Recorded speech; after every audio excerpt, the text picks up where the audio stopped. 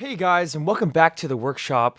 And we're back today with another video about mixing. And one of the toughest things to get right in the home studio sonically is the bass and the low end of your mix. It can be hard with the acoustic treatment in the room and getting the low end right and not having too much. And of course, you could use reference tracks to get that right and to make sure that you're sitting at a competitive level when talking about the low end. One of the tough things that most people may overlook is the top end of a bass guitar. And we're talking about electric bass guitars here. We're not talking about an upright, or we're not talking about an 808 synth or something like that. We're talking about a real jazz bass, recorded guitar, or P bass, or whatever in your rock mix. And getting that high end to cut can be a little bit tough because there really isn't that much frequency information there to begin with. So using an EQ, it's hard to get that information if there really isn't anything there to begin with. Well, it really depends on how you recorded it, but for this particular recording that we're going to take a look at, there wasn't that much top end to begin with. So I'm going to show you a little trick, or not a trick, but a smarter way to mix the bass guitar in your rock mix. So here we have the bass guitar that I recorded with just a standard DI jazz Fender bass going into the interface. And this is how it sounds by itself.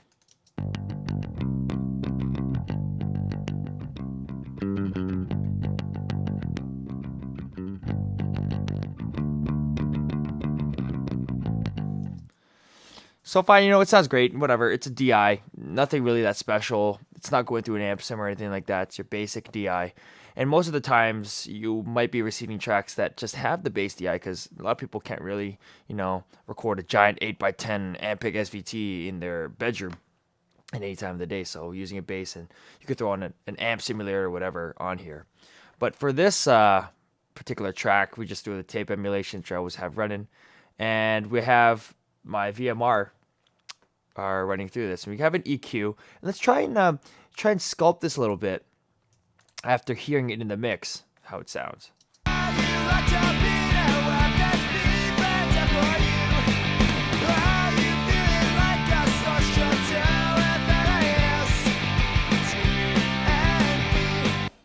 So, it's there. It has that kind of boxy kind of sound going on.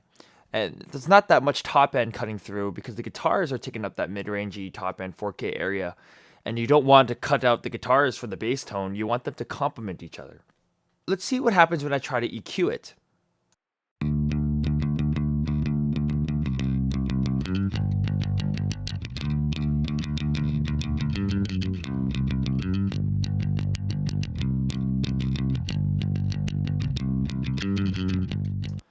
So you're seeing I'm adding a whole lot of top end on the bass guitar.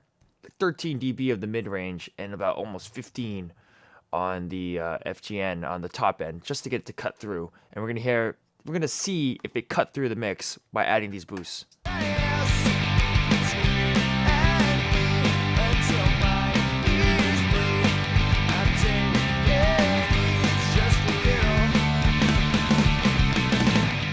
What? Look, it didn't even work. It doesn't sound like any of that top end that I just added 10 dB worth really came in because there wasn't really that much information in that frequency range to begin with. And the EQ isn't going to help you with that because it's just all it does is add volume and decrease volume from information that's already there. In order to add that information, you have to saturate it and add more harmonics to actually get the information there that you could actually boost with an EQ later. So we're seeing that there is a really tough, we're having a tough time getting the top end to cut through in like a professional rock mix should have on the bass guitar. And even if I do get that top end, maybe it's too much and it's starting to sound a little harsh, a little clicky when the strings start hitting the pick. But what if I were to be able to control the low end, the mid-range, and add saturation at the same time to get it to cut through the mix and blend well? And this is called the 3-part bass mixing technique. And I like to divide it into 3 parts. So what you're essentially going to be doing is you're going to be taking that same DI track that you have recorded. So what we're going to do is going to take the first DI track and we're going to call it sub. And sub is going to be pretty much the DI track you have and pretty much a high cut that just cuts out everything above 150, 200. That click, that mid-range, you want to cut it all out. You just want to make it sound like it's in a submarine, just like this.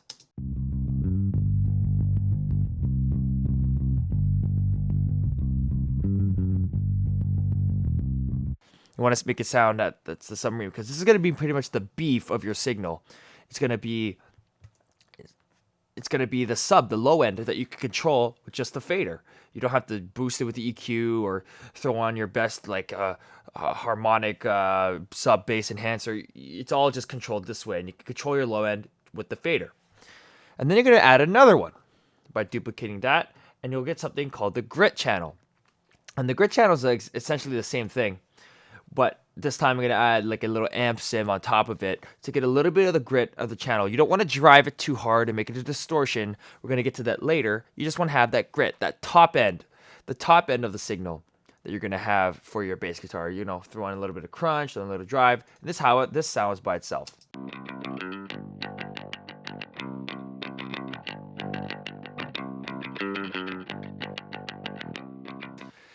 And this should have like virtually no low end at all, because the sub is going to be holding that low end for you. That's the whole point of splitting up the bass part into 3 parts. So you can control your sub, your low end, and you control your high end, your top end, just by using the fader and not having to fiddle with any EQs. And then you can go an extra step. But first, let's hear how it sounds in the mix now.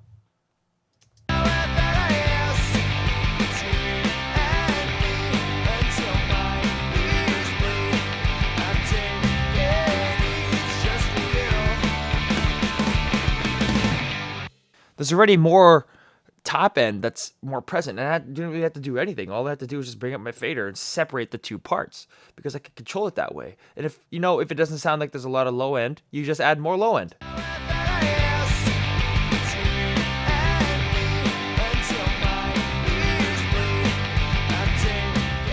And the cool thing about this is that you really have more control over how much high end you really want. And whereas in EQ, you're just turning it up, and you can't really turn back on the decision because it's only one track.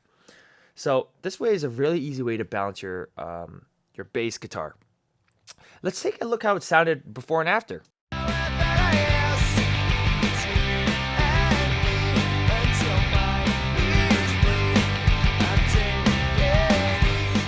And before.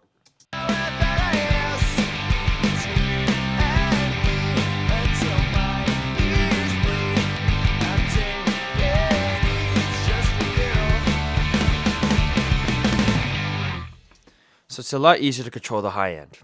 Now, on smaller speakers, the bass guitar is a little harder to hear, especially if you're listening on an iPhone or a laptop or something like that. So you want to add some saturation, some mid-range saturation that'll help it cut through and give it harmonics, even on the low-end speakers. So you're going to add a channel called the fuzz channel. And it's the same concept as the grit channel. We're going to cut out all the low end, like this. So I have the exact same curve on my REQ, just cutting out that low end because you just want to focus on the high end. And you can use any distortion plugin you want. You can use an amp sim, you can use a guitar amp, you can use a tube screamer, whatever you want. But I like to use the Chris Lord Algae series because the distortion channels on this plugin are just so usable. And I haven't found any other distortion that sounds pleasant like these 3 that I have here. I'm going to use the most extreme one so you guys can hear it for the video. So this is how this channel sounds by itself.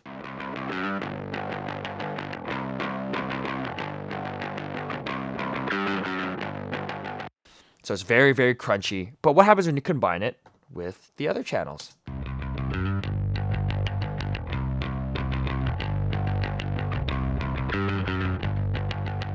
So you could essentially think of this fuzz channel as a cut through, giving you that extra cut that you want the bass to complement with the guitars. And since the guitars are distorted in this situation, it's really going to complement it well to give it a nice heavy crunchy tone, because a lot of people don't know that guitar tones come from the mix of the bass tone.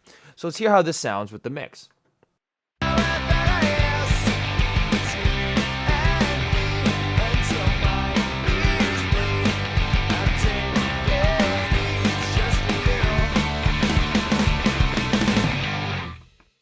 So you can really hear that it cuts through now. And it really is the taste, but the nice thing is that you can really just get in there and control how much of you want of each one without getting too complicated with buzzes and sends and all that technical jazz. You're just three faders, done. Oh, that's a little bit too much? Bring it down.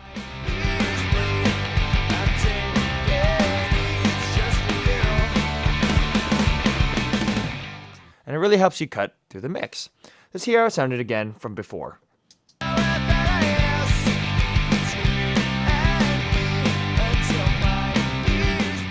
So this does have a little bit more low end, but it doesn't have any of that top end. So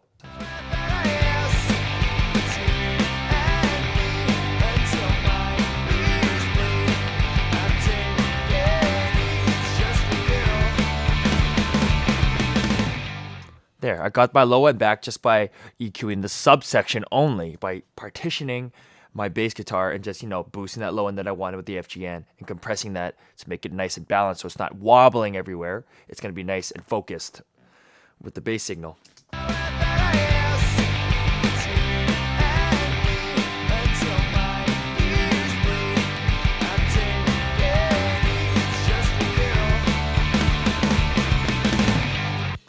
All right, so that's how you do the 3-part bass mixing technique, and I want you to try it out, and I'm sure that you'll find it with great results. In a lot of practice, you'll be able to get that nice bass tone that you wanted from the beginning, where it cuts through, has that booming low end, and a cutting mid-range. And if you want to go a little bit above and beyond, I want to show you what I did. You like to keep the dynamics focused by using the bass rider.